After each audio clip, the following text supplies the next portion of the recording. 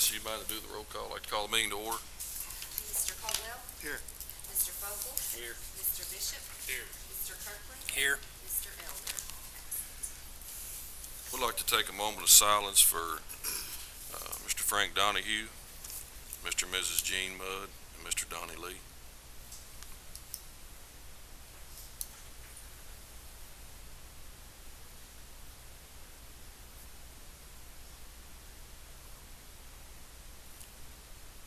Thank you all. Appreciate it. First item on the agenda is consider approval of minutes of previous meeting held Thursday, March the 7th, 2019. Motion. Second. Mr. Kirkland? Yes. Mr. Bishop? Yes. Mr. Fogel? Mr. Caldwell? Yes. Jimmy, I'm just going to skip this till he gets there. Is that okay if I just jump around a little bit? The next item on the agenda is consider approval of annual renewal of work release accident coverage policy. Is this what we have that's now? Every year, exactly. Motion? Second. Mr. Caldwell? Yes. Mr. Fogel? Yes. Mr. Bishop? And Mr. Kirkland? Yes. Item number 4 is consider approval of the second reading and adoption of budget amendment. Motion. Second. Mr. Bishop? Yes. Mr. Fogel? Yes. Mr. Kirkland? Mr. Caldwell? Yes. Item number 5, consider approval of budget transfer in the amount of $20,000 to EMS and $130,000 to the detention center. Motion? Second. Mr. Caldwell? Yes. Mr. Bishop? Yes. Mr. Kirkland? Yes. Mr. Fogel? Yes. Number 6, consider approval of Marion County Sheriff's 2018 excess fees, Motion. Second. Mr. $75,000.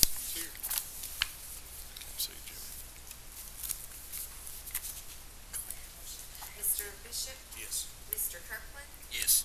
Mr. Fogel? Yes. Mr. Caldwell? Item number 7, consider approval of Marion County Clerk's excess fees. Motion. Thank them for a job well done, both agencies there. Mr. Bishop? Yes. Mr. Fogel? Yes. Mr. Caldwell? Yes. Mr. Kirkland? Yes. Like Chad Force as well. That's how you got his honeymoon thing, or his birthday party. Yes. Number 8, consider approval of a lease to be prepared by Lisa and Allie Martin, the terms being $500 per month for a radio communications tire site from Thomas Peavy. The site is located off of Highway 208. Everything's already in place. I mean, the tires all. We just got to get Lisa to draw a lease up and get with Thomas Peavy. And We're gonna do that on a month-to-month basis, is that correct? that's correct. For now. Motion? Second. Mr. Caldwell? Yes. Mr. Fogel? Yes. Mr. Bishop? Yes. Mr. Kirkland? Yes. And that will be a CMRS allowable expense, that we can use CMRS funds to pay for that lease. So, we've already allocated a lot of CMRS funds, but I think it will catch up and we will get ahead on that. But that's what, I know Robbie Turner's looked at that site with Mr. Peavy, and it seems to be a lot better than anything we got right now. So, Robbie, you got any comments on that? Well, I took him out because he was talking about it, and he got a repeater at about 140 feet. I took him to some spots, and he had to get out of the dirt. It was like local radio in my truck, couldn't get a repeater on his tire, he took a 5-watt handheld radio and set it in his tire. I'd like to see us on a simulcast, when we go to his tire, it's fine. We've got the people here, I'm gonna do a little extra expense, but Is that, it wouldn't be monthly expense, that's just a startup expense, or how you mean? Well, simulcast, yeah, that's something that Southern will do. And it would also give you 2 receivers and 2 transmitters, the main tire as well as his. Mhm. That way, if this one goes down, that one will pick up and slack. That's what I mean, Cost for it that won't yet, affect, or do we have a cost for that, But, the additional? whenever it was here for Southern, I couldn't remember, because I asked him, I was thinking, he said somewhere around $2,000 or $2,500. In my opinion, while they're that's a one-time, Yeah. that doesn't affect the $500 lease, doesn't have anything to. That had nothing to do with the lease. I mean, the tire's already there, he's allowing you the antennas, the only thing you gotta do is take your equipment out and plug it up. It's ready to go. If it's gonna work, cause hadn't been working, we need something that's gonna work, I mean. I was beyond impressed when we went out and he was able to give you a tire and replace it with rubber. I took him to Buffalo at 337 and He was able to key it up there.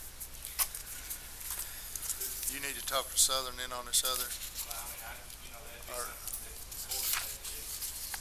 well, I mean, is that the price, We could look back into that, get prices before the next meeting, maybe. that price? I would think so. I mean, I don't know when they're planning on installing the equipment. Well, okay, but we got time in the next meeting or something, or they won't install it. Well, I don't know. I don't know what they're working on. I don't know how close they are Oh, okay. or what it would take. I apologize for being late. I got stuck on Springfield Highway. That's I a think nice, we had- nice state road improvement. Thank you, Senator. Bernie Barbo's. I don't know if We I'd was ever waiting get on right. somebody else, and we thought they was riding with you, because they Yeah, said they they was must, waiting. I'll tell you what. Real quick, is that in regards to the tower? Is that what It you- is, it Okay. is. We jumped around because we were waiting on, Mr. Barber to get here, and I think, is Gotcha. Mr. Barber here now? Okay, good deal. All right, thank you, Mr. Barber. Real quick, so have you guys approved to go on that site? Yeah, Okay, good. On a month-to-month basis. Well, now, that's a question I had, because there should be 3 receivers, because the old site that we lost the contract on, there's 3 voting receivers that he'll have to locate new ones there, which would be for the fire, EMS, and law enforcement. So, a couple of things, just make sure, the only question I had is make sure with Mr. Peavy that that covers all 3 receivers, okay, number one. The second thing is that I'm sure that as the system grows or whatever, we might have to put additional equipment, so what would that cost? Okay. I talked to him today, matter of fact, he said anything additional would be $150 more a month, Okay. depending on, I think we get 3, Yeah. these 3, and anything additional, if somebody else wanted to get on it, then he would be an additional $150. Which is, honestly, is an excellent price. I mean, it's and it's a tremendous site, I'll say that. The other thing is that, now you say month to month, but usually, and I don't know unless he's agreed to that, but usually on these contracts, any company usually makes you sign a 5-year renewal or a 5-year option with renewal. Now, as far as payment, you might be paying month to month, but usually they require, and I think that's a question you need to get answered, is it a 5-year contract? Is it a 10-year? What is the actual contract? Because I don't think, they only have so much space on that site. And usually companies don't like to tie up space for a month-to-month contract. That's not going to happen. So did he specify a 5-year? He talked like for a year, he would do that month to month, and then after that, after we seen that it was gonna be okay, then we might be able to work something out. Double check that with him, just so we make sure. Yeah, I was gonna let Lisa kind of talk to him and make sure we get, let her, with them. Sounds good. yeah. Thank you. Now, going back to the agenda, Senator Higdon has agreed to introduce everybody, and Thank you, Judge and Magistrates. Thank you all for allowing me to be here today to introduce Paul Sanders and Andy Barber. But before I do, they're here to talk about the road plan. Just a little idea of money that's come back to Marion County in the last 10 years. $116 million has come back through from the Transportation Cabinet. $75 million for construction, 13 million rural secondary roads, 12 million county road aid, and 16 million state maintenance. And Magistrate Elder mentioned Springfield Highway. One of my favorite things is orange cones on the side of the road, and that is progress. I agree. Springfield Highway is under about a $5 million project that's underway right now. The 2 passing lanes northbound from it's the bridge there at Radio Station Road to Horn Lane, going north, and southbound 2 lanes from Washington County line to Horn Lane. So it'll be midsummer when that's complete. That'd be a nice addition. Of course, Highway 49, the curve there at Larry Elder's hopefully that construction, that'll be bid in the foreseeable future.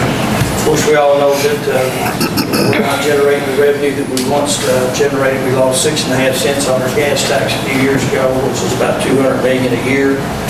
Hopefully, we'll get that resolved one of these days. But in Kentucky right now, miles driven is increasing. Consumption of gasoline is decreasing, so it's a real good mixture for our formula.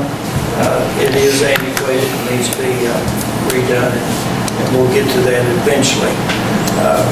But today, to talk about roads and the road plan and what's going on with the Transportation Cabinet. I know you all know Paul Sanders and Andy Barber, but Paul, I want to say something about Paul Sanders. I work with multiple highway transportation districts, and there is none like the E-Town district, which Paul Sanders is the manager.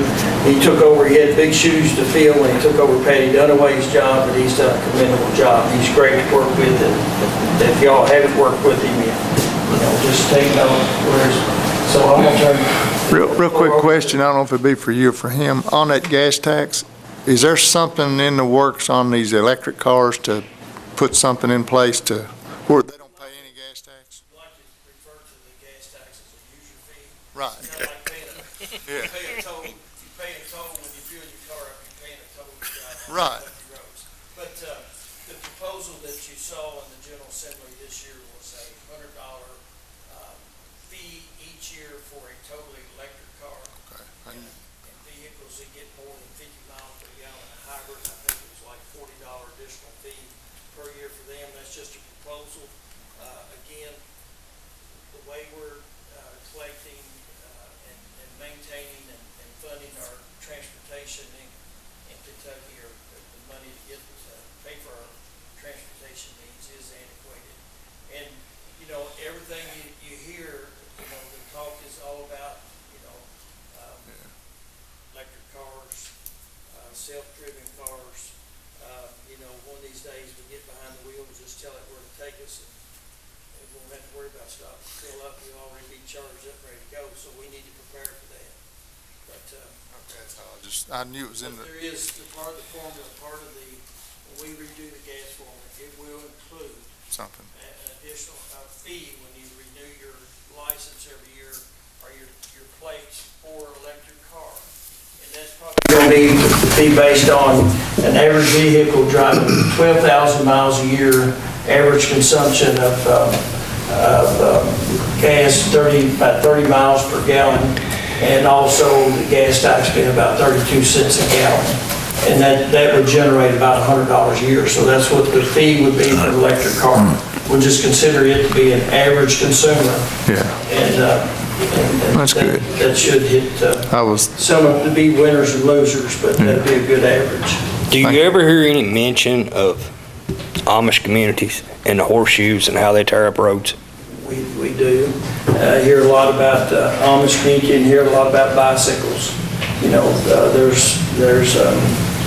But the roadways are, it's very difficult to tell somebody they use them. It's difficult to tell, agriculture, combines and tractors, they use the roadways too, and we're just not going to be able to regulate everybody that gets on the road. Combine do about as much damage as the Amish would do. Some combines, they're wide and they're heavy, and we hear complaints about them too. So if you got a suggestion how we can solve some of those issues, it'd be tough to tax horse and buggies. It'd be tough to tax a combine too. So I'm not exactly sure we want to go down that road, but I understand your concerns. Thank you. Thank you, Jimmy. I know your daddy. So I'm going to turn it over to Paul and Andy. They would like to about this. I should have said, I ain't got steel wheels on me. Thanks, sir. Thank you, Judge. I apologize. I got stuck in progress. There you go. 55, actually, it was an accident there. It looked like it was okay, but I think it was an accident on 55 there that pushed it down. Sorry, so I'm a few minutes late, but the bright side is I got to listen to some really close games. I don't know if you're all aware of the tournament going on right now. And, Yeah, somebody told me, did Louisville win?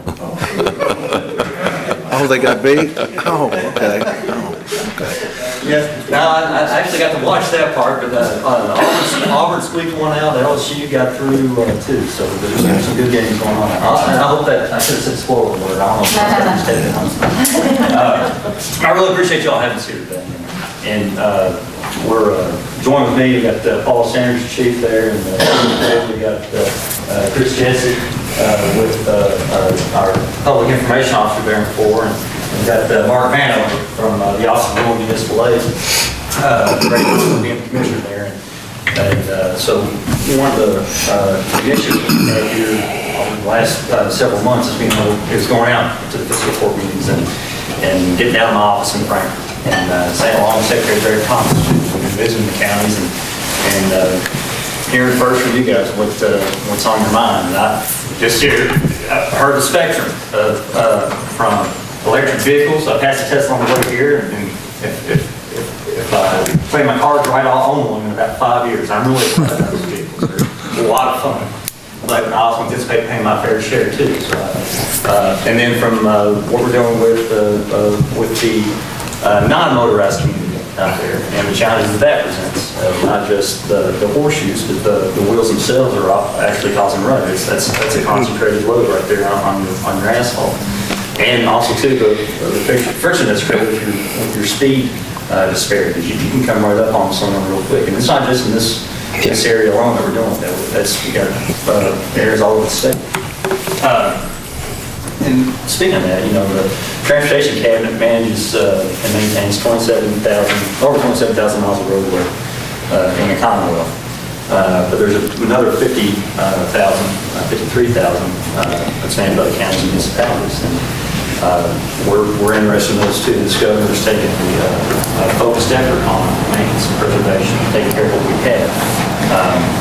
He's been focused on bringing jobs to the Commonwealth, about over 50,000 jobs and about $18 billion of investment too. And inherent in that, and what a lot of that's predicated on is a good and healthy infrastructure and transportation system. Not just one that's healthy and ready, but one that's also safe. So we've had a lot of focus on that.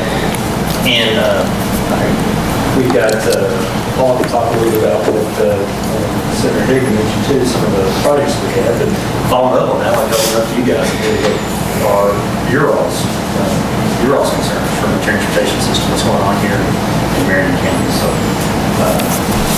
just a few things, like Andy said, we got stuck in progress down on 55. Hopefully this, it does have an October completion date, but the way we're progressing, I don't see it going that far. We'll get done with that. Most people told, when I was here last time, I told you about the US 68 research. One thing I did fail to mention last time was we do have the Kentucky 84 over Hardin Creek Bridge. It's already been let. Right now, that contractor is working on a bridge in Nelson County on 52. We're going to get done with that. Marion County will take that bridge. We've got the 49 and 52 project that we're hoping to let this summer. A little bit of utility issue we're trying to resolve right now. We hope to get that out the door soon so that can be done. And then we do have another section of 49 that's on the books right now. We just got design dollars, but we do have the design complete, so we're just looking for some more money authorized so we can get that one on out. So that's what we got going on. Marion County. We've got about 8 bridges here in our Bridge Protection Initiative, which is addressing 1,000 structures all across the state. These are your smaller bridges that may be limiting even school bus access across. And the governor had a plan to let's see what we do about addressing these little ones. These are the bridges that don't always get a ribbon cut. These aren't the big, beautiful bridges, hail-safe bridges like we looked up in Louisville. These are the ones that really maintain your everyday traffic, especially in the rural community. And addressing those in a roads around the way, no other place, no other state in the U.S. is doing it like this. And we got about 8 here in Marion County. And I guess some are, one's already fixed, right? They're on the progress. On the progress, so we got a few more coming up this spring. So I appreciate y'all being helpful with that. Do you have any questions for us? Any areas that we need to be paying attention to? Areas that we need to be looking at? That's on your mind.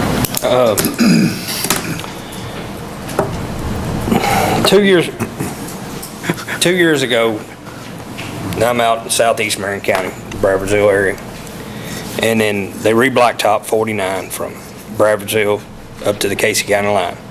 And it was a bunch of culverts that had to be replaced, okay? So they replaced the culverts, put the rock in, and then they did the blacktop, and then the settling comes, and then they come up, and I mean, it just... So, I guess my question would be, like when you know a project like that's coming up, knowing a tile's got to be replaced, is there any way like some of that could be done like the previous year before the blacktop and to let that settling down? Get the settling in. Yes. First. We could, back a little bit. And typically they know up front, it's just like right now, they should be. And again, if it's a little bit better on the compaction effort, it probably wouldn't settle. So we'll look into that. Y'all don't use longer fill on all y'all's cupboards? We have that flexibility to do either or.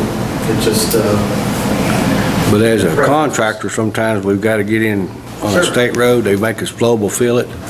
sometimes. So it's kind of like the double standards.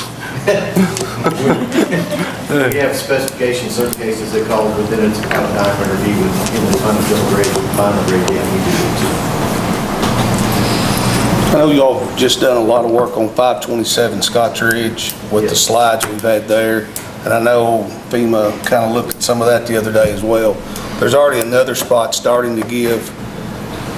That road's gonna have to have, you know, and the guys have done a great job. I'm not knocking the state guys. They've come in and we still got a blacktop. We still got to do a little more work. I just feel like it's more of a Band-Aid right now than a permanent fix.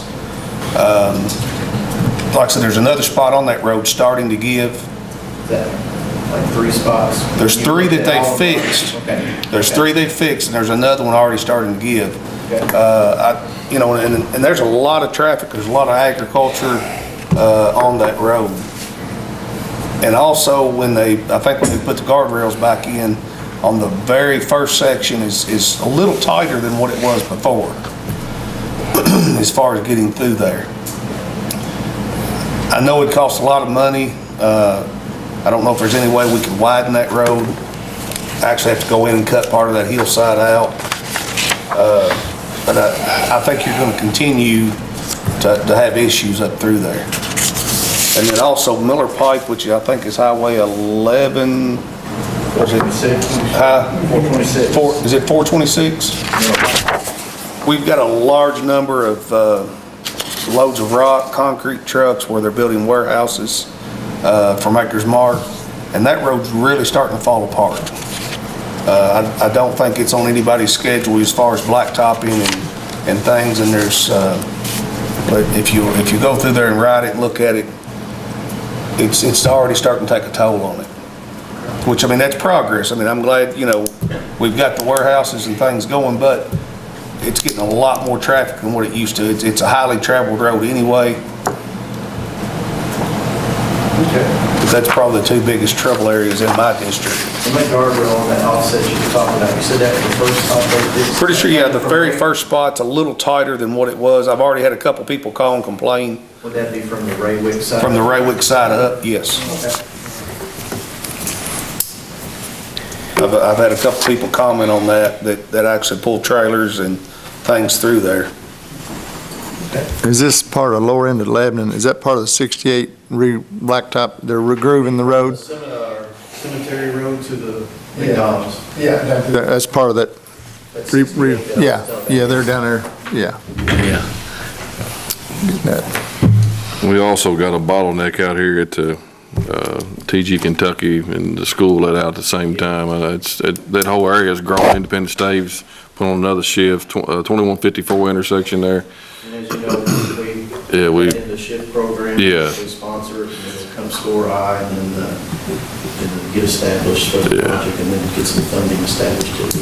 We did get 7 projects out of we got more than any other district in the shift, so we were fortunate to get it. It don't mean we're going to get it, but it means we're at least getting looked at, so we appreciate you all moving those up for us. I appreciate y'all participating. Yeah, yeah.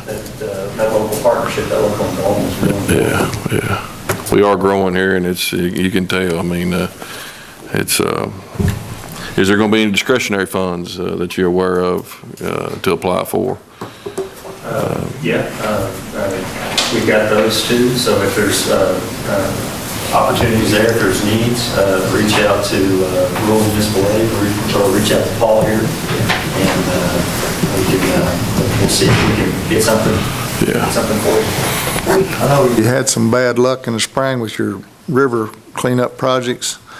Is that, are they, yeah, are they going to Relocation kind of get of back river. on that later on, or do you know, or what's? There's one they've been looking at, I got somewhere out there, Brad. FEMA looked at that yesterday. I hope we get that. And we've got That's a mess. 208's always cost. Yeah, 208's big. But yeah, we're looking at it to get back in. I knew, We had a little bad. yeah, had a little bad luck, that's what, Down on the Graywick there. yeah. But it's a pretty bad, I don't know what's the long-term problem, but it's an ongoing issue. It's taking the banks out on the, making the water Dry go. up some, so we can get in there and do the stuff. It didn't dry up last year. No, not with the wettest year we had on record, so that's it. Well, good. Statewide, we're about $7 million in estimated work over those February grants. So it's been a winter. We didn't get much snow, but we got a lot of expense. And our slides are just continuing.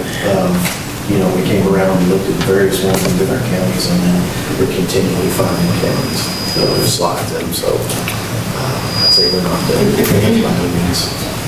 I'd see if they've got a track hole with a snorkel next time down there, Is there anything we can do to help you all? I mean, it's, We just appreciate the relationship. I know Steve, he's always here for you all. yeah, talked to him this morning, matter of fact. Great job. Yeah, so, it's all good. And anytime, like I said, call D-Town if you need something, discretionary request, if you need help.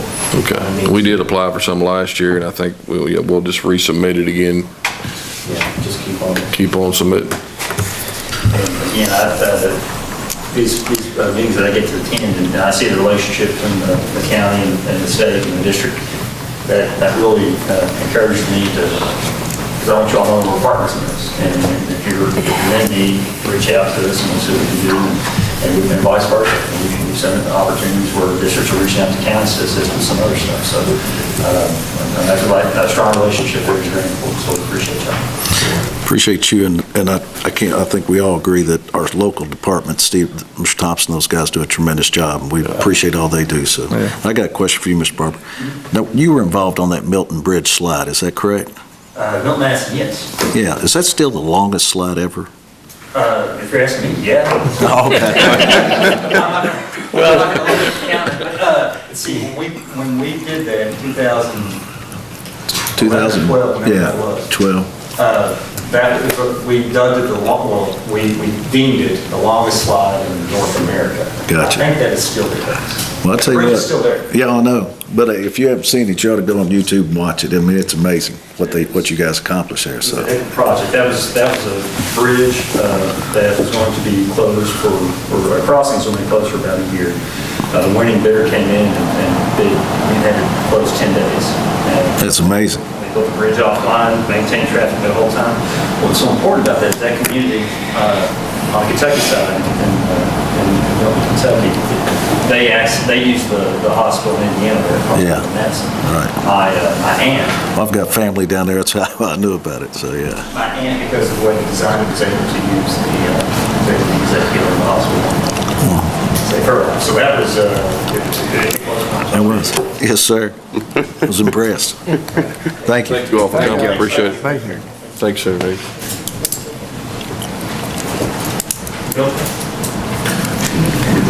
Thank you, guys. All of you.